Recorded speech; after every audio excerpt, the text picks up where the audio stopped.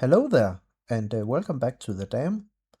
Today we are taking a look at this, the Siglent SDS1104X-E, a 4-channel 100 MHz oscilloscope.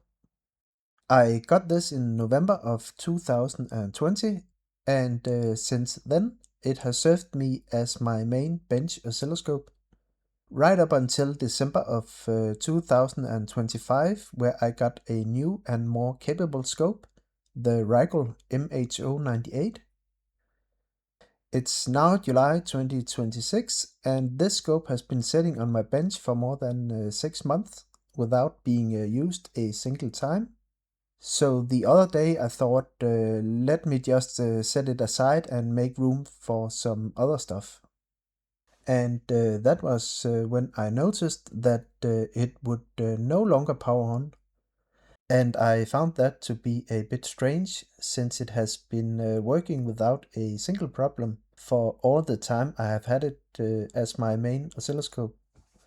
And now, after just sitting unused on my bench for 6 months, it has suddenly stopped working. First thing I did was to check the fuse, and it was of course blown. So I popped in a new fuse, and as soon as I plugged it into mains, the fuse blew again. I didn't even have to try and power it on, it just instantly blew. So today we will take this scope apart and see if we can fix it. Since the fuse is blowing as soon as I plug it into mains, I expect to find some kind of short in the power supply part of this scope. Maybe a shorted capacitor or a shorted bridge rectifier or something along those lines. But let's stop guessing and start taking this thing apart.